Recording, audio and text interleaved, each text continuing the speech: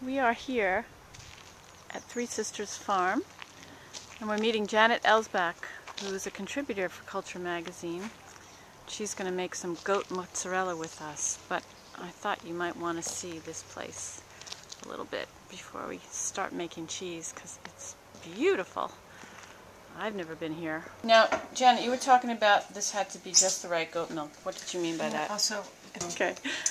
it has to be raw milk. I have yet to be able to produce goat milk mozzarella from pasteurized goat milk. Interesting. And I have yet to have anyone explain to me why that is. Citric acid. Okay. I have cheese salt. Mm-hmm. And I have vegetable rennet. You can also use animal rennet, but Okay. I don't. Citric acid. What is That's a coagulant. Coagulant, yes. And so is the rennet. Especially for fresh cheeses, I believe, right? Mm-hmm. Okay. You can use either citric acid or lemon juice when you're making ricotta, and that's all you need to make it set up. Yes, right. But you need the rennet for a firmer set for the stretchiness of the Yeah. mozzarella. Okay, so now you've got, what, do you have water in there? I have a quarter cup of just plain water. Okay. And here comes a quarter teaspoon of rennet. Rennet comes in solid tablets or in liquid form. Mm-hmm. And I just find the liquid easier to deal with. So. Right. Where do you get your cheese-making supplies? From New England Cheesemaking Company. And mixing it into the water. And we're going to set that aside. Right. Okay. Now we have another cup of water. And the citric acid. We're going to do 1½ teaspoons of that.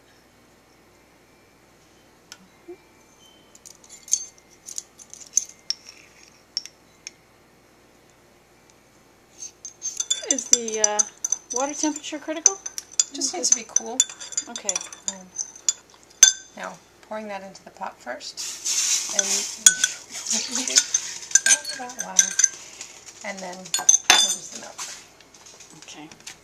Pouring the solution into the pot first before the milk allows the pouring action of the milk to stir the solution. I see. Yeah, distributes it more. And we were saying this is fresh, raw goat's milk that you got this morning? I picked it up this morning. They milked yesterday, and then they put it in the cooler and chill it overnight. Mm-hmm. Beautiful. Okay. Now we'll heat that. Don't have to stir it very much. So now we're putting on the thermometer, a little collar. We're going to heat that until it reaches 88 degrees. Okay. And are we looking for signs along the way? Nope, just watching it to make sure it comes to the right temperature. We won't do anything very interesting until we add the rennet. Okay. And then, so now we're almost at 88, and what will the next step be? At 88, we'll take it off the heat, we'll add the rennet solution, and put the cover on and let the rennet do its magic and set things up. Okay. Okay. Alright, we've reached the magic 88. We're coming off the heat. This is another fancy little trick that I learned in cheese school. You pour your solution through the slotted spoon. It also distributes it more evenly. And you don't want to do a whole lot of stirring, but you want to make sure that's all throughout the milk. So you just use a very gentle down from the top in every section of the pot. Did they talk about the gentle stirring at cheese school? Because it does seem to be, often in every advised. dairy activity that I've undertaken, even making yogurt, you're not supposed to do a whole lot of vigorous stirring. It sort of angers the cheese gods. A safety and clean trick: when you take the slotted spoon or the thermometer, anything that you're using to stir the milk that you're going to want to put back into the milk, just set it into a bowl of cool water that you have next to your work area. Okay, it's And just then, water. If you use hot water, it cooks the milk onto the utensil, and you're at risk for developing cheese stone. Yikes. Which can harbor bacteria, which then pollute the process. Okay.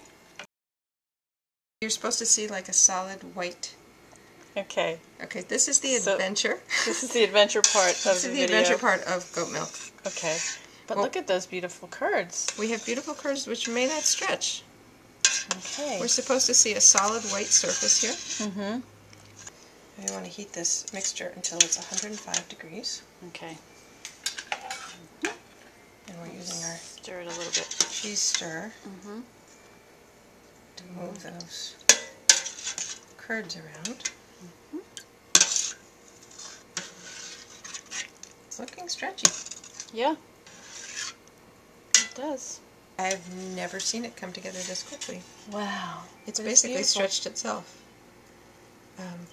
Pretty much when we took the lid off and before we heated it, we had soft, stretchy curd, and now at not quite 102 degrees, we basically have mozzarella. And it's... Oh, it's beautiful. Wow. Nice, stretchy, nice, soft. stretchy goat mozzarella. So we'll let it get a little bit hotter, and then we'll form it. We'll add a little salt. Yeah, you need in a little bit of salt as you stretch it.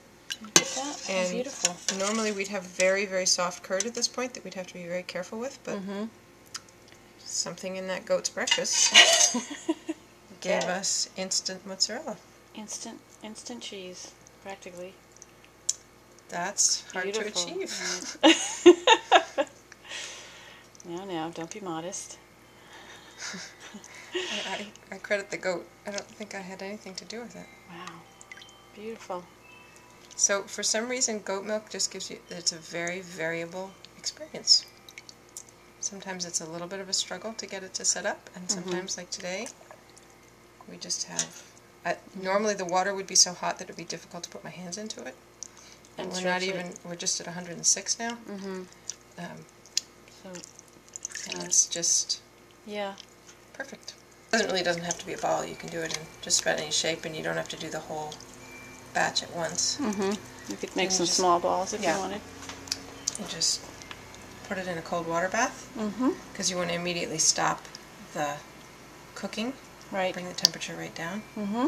And then as soon as it has cooled off and firmed up, you take it out of the water. Otherwise it starts to dissolve a little bit. So how long will it be in there for? Just 5 or 10 minutes ought to cool it right down. Okay. Look at that. Gosh, that's so good. Oh, let's have another sample. Yum. So we didn't cool it all the way down because it's actually quite delicious when it's warm. It is.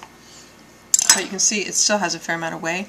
Yeah. In there we could have kept cooking and stretching and we would have gotten a firmer cheese. The longer you cook it, the more of that whey comes out in the pot, and the more you're just left with the And it probably would keep a little better if you have more of the whey out, I would imagine. I don't think we're going to be keeping this for very long. Right.